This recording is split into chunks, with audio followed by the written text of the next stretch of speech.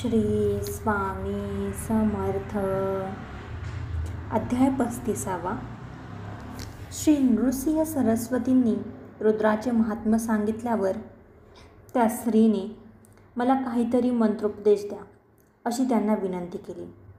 तेव्हा स्त्रियांना मंत्रोपदेश देऊ नये, पती सेवा करावी हीच त्यांची ईश्वरभक्ती होय असे त्यांनी सांगितले. तेव्हा तिने मला एखादे व्रत करायला सांगा अशी विनंती केली. श्री गुरूंनी त्यावेळी त्या दाम्पत्याला सोमवारी उपवास, स्नान, शिवपूजन इत्यादी करण्याचे व्रत सांगितले व त्या व्रताचे महात्म्य सांगताना पूर्वी सुताने ऋषींना सांगितलेली सीमंतिनीची कथा सांगितली. पूर्व आर्यवर्तात एक राजा होता. त्याचे नाव चित्रवर्मा होते. तो धर्मशील, शूर व पराक्रमी होता. तो सपत्नीक शिवाची पूजा करीत असे. त्यांना पुत्रकामना होती, पण पुष्कळ काळाने त्यांना कन्या झाली. तिचे नाव सीमंतिनी ठेवले. ती पार्वतीसारखी स्वरूपवान होती. तिचे जातक सांगण्यासाठी सर्व ज्योतिषांना बोलावले. ते म्हणाले, ही कन्या सुलक्षणी आहे. तिची कीर्ती गंगेसारखी होईल. ती पतीसह 10 सहस्र वर्ष राज्य करीत. तिचे असे भविष्य वर्तवले तेव्हा राजाला फार आनंद झाला. पण राजा सभेत बसला असता एक ब्राह्मण निर्भयपणे म्हणाला, हे राजा, माझे वचन ऐक. मी तुझ्या कन्येचे लक्षण सांगतो.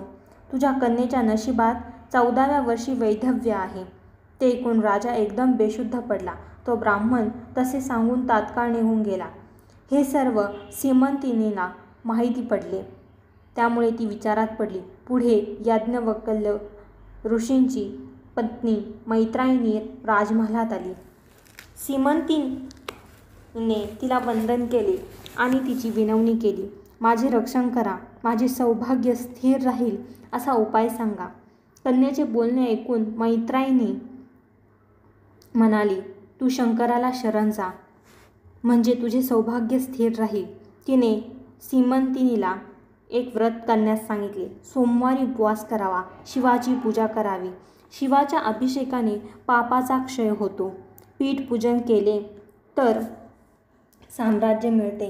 गंध, अक्षता व फुलांनी पूजा केल्यास सर्व सौभाग्य मिळते.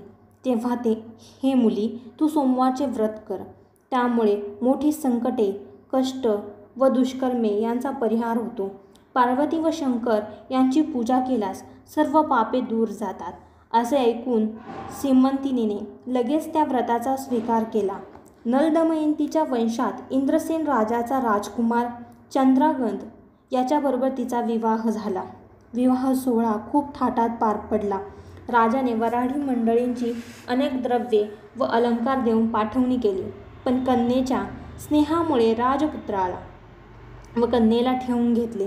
सासऱ्याकडे आनंदाने व प्रेमाने राहत असता एक दिवस राजपुत्र सर्व दलभारासह कालिंदी नदीत जलविहारासाठी आनंदाने निघाला. राजपुत्र अनेक लोकांसह नदीत पोहत असता बुडाला. राजाचा जावई बुडाली म्हणून सगळीकडे एकच ओरडा सुरू झाला. त्याच्याबरोबरचे सर्व लोक व धट्टेकट्टे नाविक यांनी पाण्यात खूप शोध घेतला, पण राजपुत्र कोणालाही सापडला नाही. ही वार्ता वाऱ्यासारखी राजमहालापर्यंत पोहोचली. हे ऐकून राजा मूर्छा येऊन धर्तीवर कोसळला. सीमंतिनी तर प्राणत्यागच करायला निघाली. पण राजाने व राणीने मुलीचे कसे तरी सांत्वन केले. राजाने कन्येला ममतेने प्राणत्याग करण्यापासून परावृत्त केले. तुझा पती निश्चित मरण पावला आहे असे ठाऊक नाही, म्हणून तुला वैधव्य आल्या असे म्हणता येणार नाही. तू जीव दिलास तर लोक तुझी निंदा करतील. तेव्हा तू 1 वर्षभर तरी आहे अशीच राहा. मग काय करायचे त्याचा विचार करू. पित्याचे वचन ऐकून तिने खूप विचार केला. तिने शंकराला साकडे घातले व आपले सोमवारचे व्रत तसेच चालू ठेवले. राजपुत्र नदीत बुडाला होता. तो पाताळात गेला. तेथे वासुकी राज्य करीत होता. नागलोकातील स्त्रिया नदी तीरापर्यंत खालून आल्या होत्या. त्यांना तो राजकुमार प्रवाहात वाहत आलेला दिसला. त्याला नागकन्यांनी पात्रातून बाहेर काढले आणि अमृत आणून त्यांच्यावर शिंपडले. तेव्हा राजकुमार शुद्धीवर आला. सर्व नागकन्यांनी त्याला तक्षकाकडे नेले. राजपुत्र आश्चर्याने इंद्रभवनासारखी त्या पाताळ नगरीची सुंदर रचना पाहत होता. पुढे त्याला मोठी सभा दिसली. सर्व सर्प तेथे आसनांवर बसले होते. त्या सभेत उंच आसनावर सर्पराज बसला होता. राजपुत्राने त्याला अभिवादन केले. तक्षकाने नागकन्येजवळ राजपुत्राबद्दल चौकशी केली. तक्षकाने राजपुत्राची विचारपूस केली. त्याप्रमाणे राजपुत्राने सर्व घडलेला प्रसंग तक्षकाला सांगितला. त्याचे नम्र बोलणे ऐकून तक्षक संतुष्ट झाला व त्याला अभय दिले.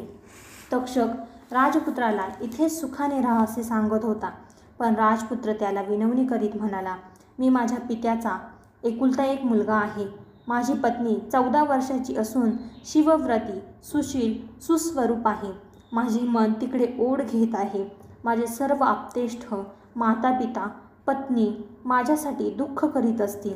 मी तुमचे दर्शन घेतले, माझे मन संतुष्ट झाले. तुम्ही माझे प्राणरक्षण केले. आता माझी व माझ्या आईवडिलांची भेट घडवावी. त्याचे बोलणे ऐकून तक्षकाला संतोष झाला. त्याने पृथ्वीवर दुर्लभ अशी वस्त्रे, भूषणे देऊन सोबतीला आपला पुत्र व वाहन म्हणून वेगवान घोडा दिला. तू ज्यावेळी माझे स्मरण करशील त्यावेळी आम्ही येऊन तुझे कार्य सिद्धीस नेऊ, असे अभिवचन दिले. तक्षक पुत्रासह राजपुत्र घोड्यावर आरूढ झाला व वेगाने त्याचे मार्गक्रमण केले. तो ज्या ठिकाणी बुडाला होता तेथे तो क्षणातच आला. सीमंतीने त्याच ठिकाणी आपल्या सख्यांसह नदीवरती आली होती.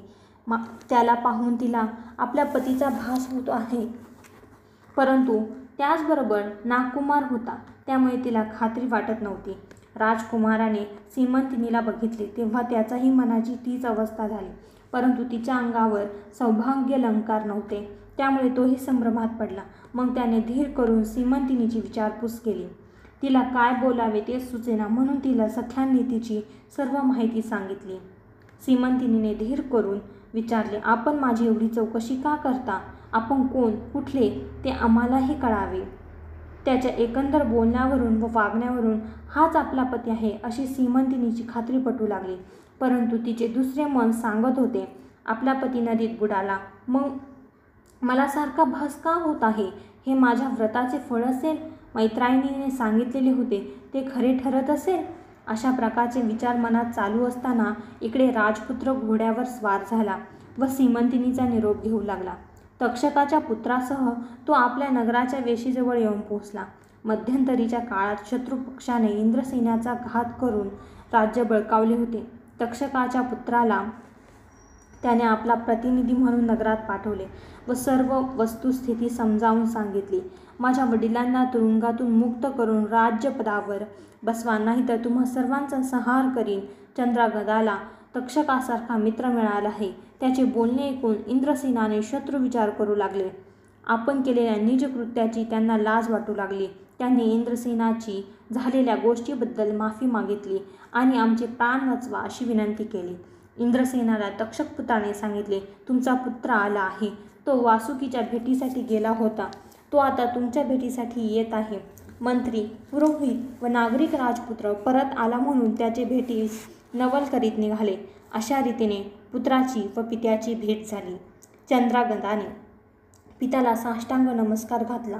त्यानंतर इंद्रसेन राजा आपली पत्नी आणि चंद्रगदा यासह पुन्हा वऱ्हाडासह लग्नासाठी चित्रवर्मा राजाच्या नगरीकडे आला. विवाह सोहळा पुन्हा केला गेला.